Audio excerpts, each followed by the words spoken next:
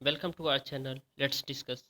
Friends, आज class 10th का English First Flight का first chapter A letter to God पढ़ेंगे, जिसे लिखा है जीएल फ्यूंट्स ने।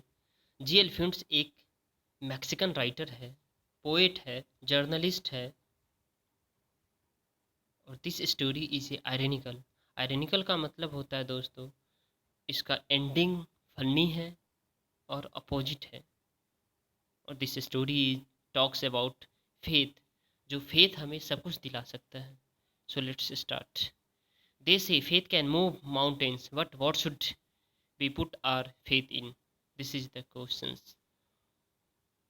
जैसा कि लोग कहते हैं कि विश्वास पर्वतों को भी हिला सकता है, लेकिन हमें विश्वास कहाँ करना चाहिए, यह एक प्रश्न है।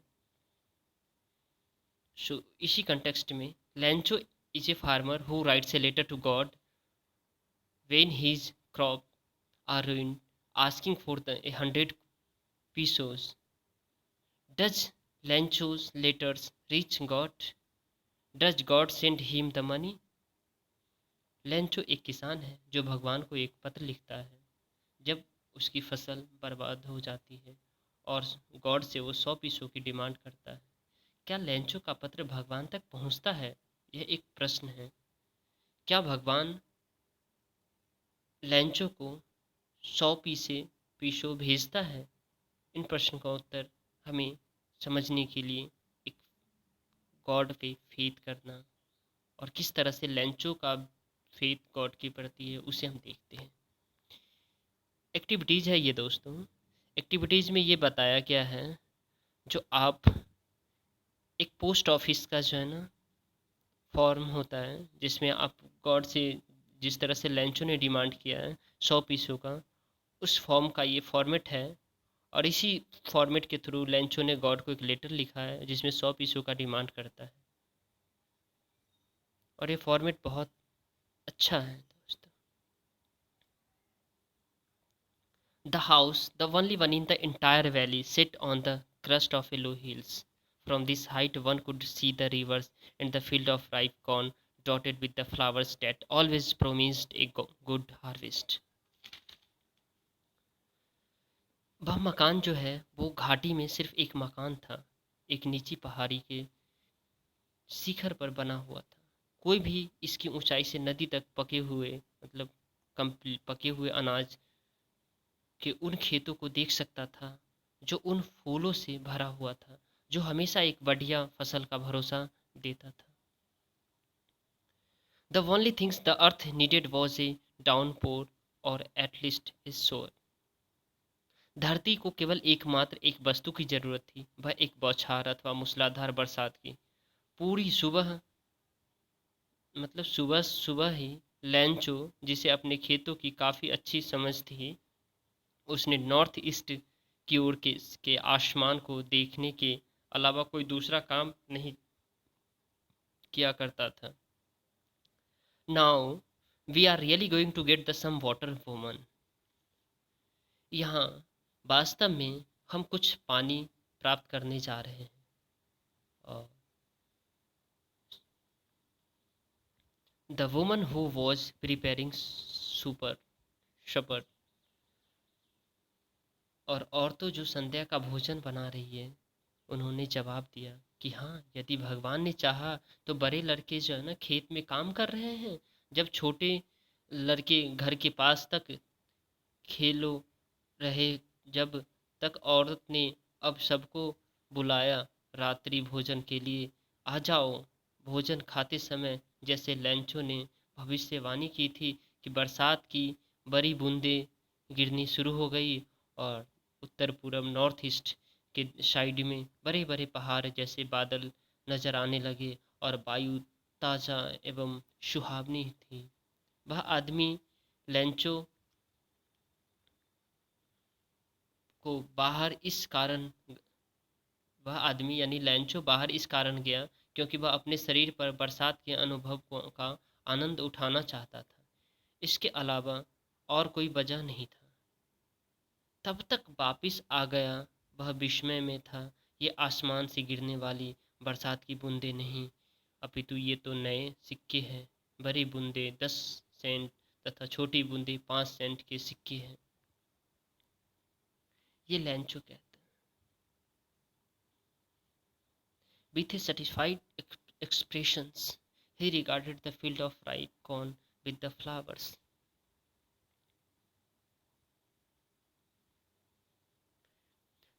संतुष्टि की भावना के साथ उसने पके अनाज के इस फूलों के साथ खेत को बरसात की चादर से ढके हुए देखा। परंतु अचानक तेज हवा चलने लगी और बरसात के साथ साथ बड़े बड़े जो पत्थर है, ओले है, पड़ने लगे और ये वास्तव में नए चांदी के नए सिक्के के समान दिखाई दे रहा। और ये लेंचो कह रहा। बरसात में भीगने की परवाह न करते हुए लड़के जमे हुए मोतियों का संग्रह करने के लिए बाहर की तरफ दौड़े। मतलब लेंचो ये जो ओले है उसे कलेक्ट करना चाहता था। It's really getting bad now, exclaimed the man. I hope it passes quickly. It did not pass quickly. For an hour the hails rained on the house. वास्तव में अब यह बरसात बहुत खतरनाक रूप ले चुका था, क्योंकि ओले भी गिर रहे थे और ऐसा लगने लगा। और लेंचो हैरानी से बोला, मुझे आशा है कि यह ओला जल्दी से रुक जाएगा। बट ऐसा नहीं हुआ। 1 घंटे तक ओले घर, बाग, पहाड़ी, अनाज के खेत, पूरी घाटी में गिरते रहे और खेत इस प्रकार सफ़ेद हो गए जैसे नमक से ढक गया था। बताइए, इतना ज़्यादा ओले गिरे थे। वृक्षों पर एक ही पत्ता नहीं बचा था, सारे बर्बाद हो गए। अनाज पूरी तरह से बर्बाद हो गया, पौधे से फूल झड़ गए और लैंचो की आत्मा दुखी से भर गई। अब लैंचो बहुत ही दुखी हो रहा था।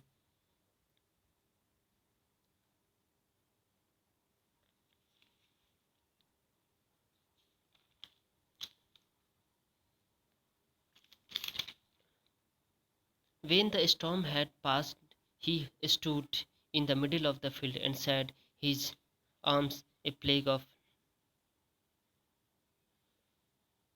locusts would have left more and man this. The hills has nothing.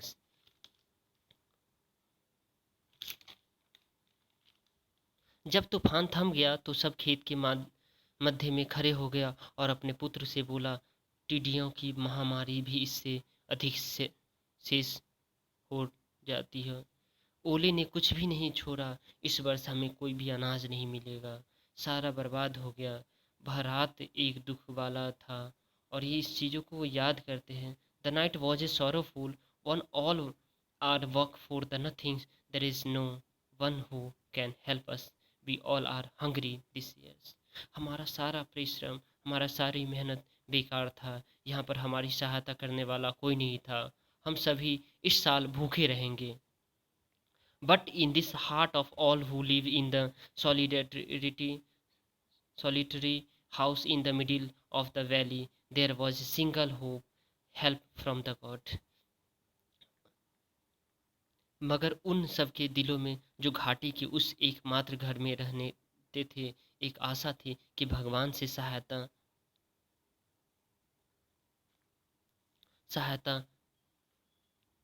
ऐसा लगता था कि सब कुछ बर्बाद हो गया, फिर भी निराश मत हो। याद रखो, कोई भी भूखा नहीं मरता।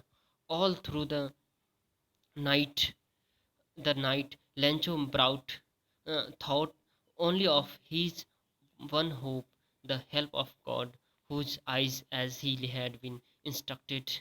सारी रातें लेंचो एक ही आशा के बारे में सोचता था कि भगवान से सहायता, जिसकी आंखें जैसे कि उसे सिखाया गया था सब कुछ देखती है, वह भी जो कि किसी के मन की गहराई में है। लेंचो कठिन परिश्रम करने वाला व्यक्ति था, जो खेत में पशु की तरह काम करता था, मगर फिर भी वह पढ़ना लिखना जानता था। आने वाले रविवार के दिन सुबह उसने एक पत्र लिखना शुरू किया, जिसे उस शहर से ले जाकर स्वयं ही डाक में डालना था। It was nothing less than a letter to God. God, he wrote, if you don't help me, my family and I will go hungry this year. अब यह भगवान को लिखे जाने वाला पत्र को से कोई कम पत्र नहीं था।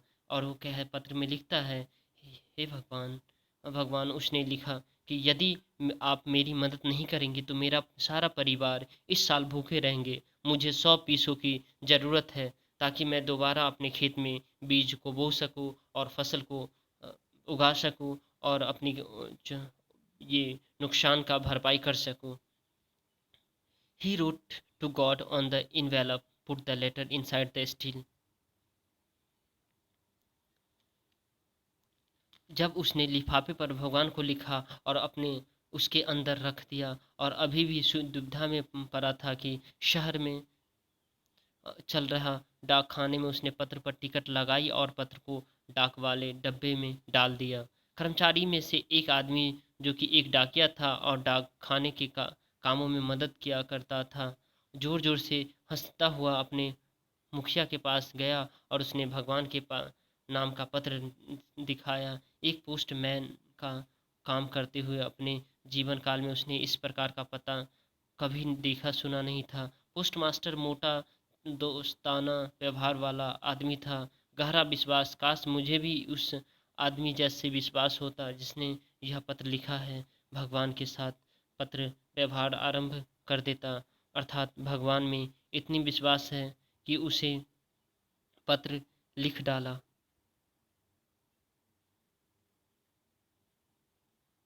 So on so in order not to the shake the writer's faith in the God, the postmaster came up with an idea.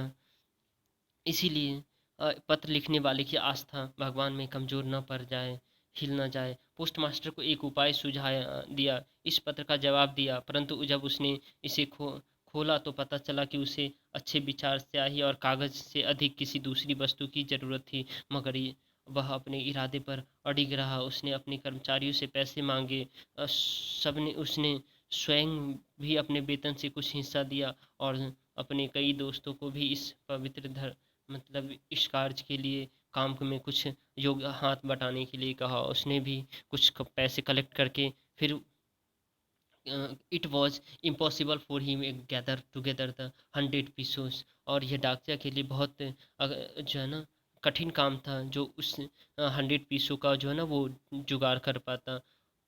इसीलिए उसने किसान के पास सिर्फ आधे से कुछ अधिक पैसे भेजे। उसने पैसे लिफाफे में रखे जिस पर लेंचो का पता लिखा था, और उनके साथ एक पत्र भी रख दिया जिस पर केवल एक शब्द लिखा था, भगवान, जो हस्ताक्षर के रूप में था।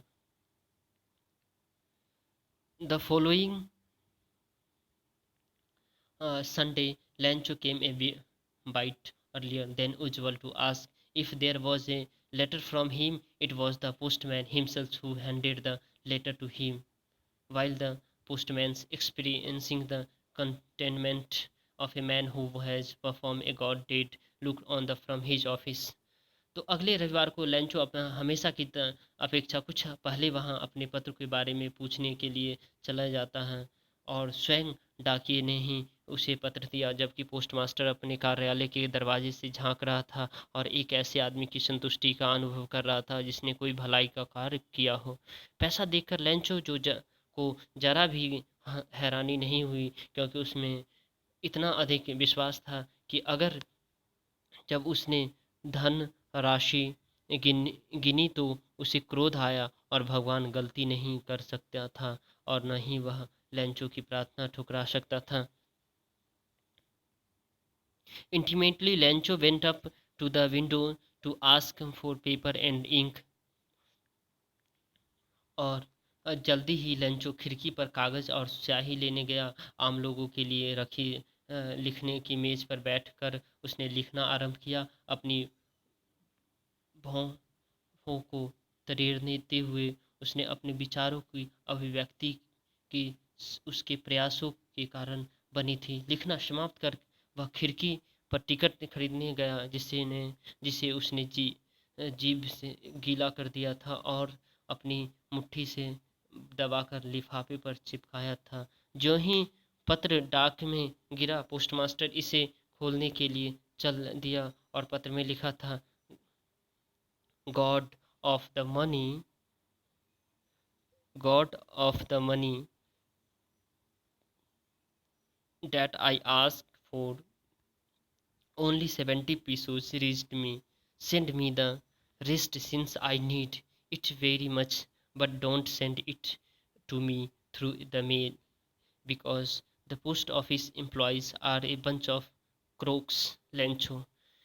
तब लास्ट में लेंचो कहता है, हे भगवान, जितना धन मैंने मांगा था केवल 70 पैसों ही मुझे तक पहुँचते हैं। मुझे बाकी के पैसों भी भेजो क्योंकि मुझे इसकी बहुत ज़रूरत है। लेकिन इसे मुझे डाक से मत भेजना क्योंकि डाक घर के कर्मचारी एक ठगों की टोली है। लेंचो कहता है। तो इसी के साथ दोस्तों ये स्टोरी एंड हो जाती है। और थैंक यू दोस्तों।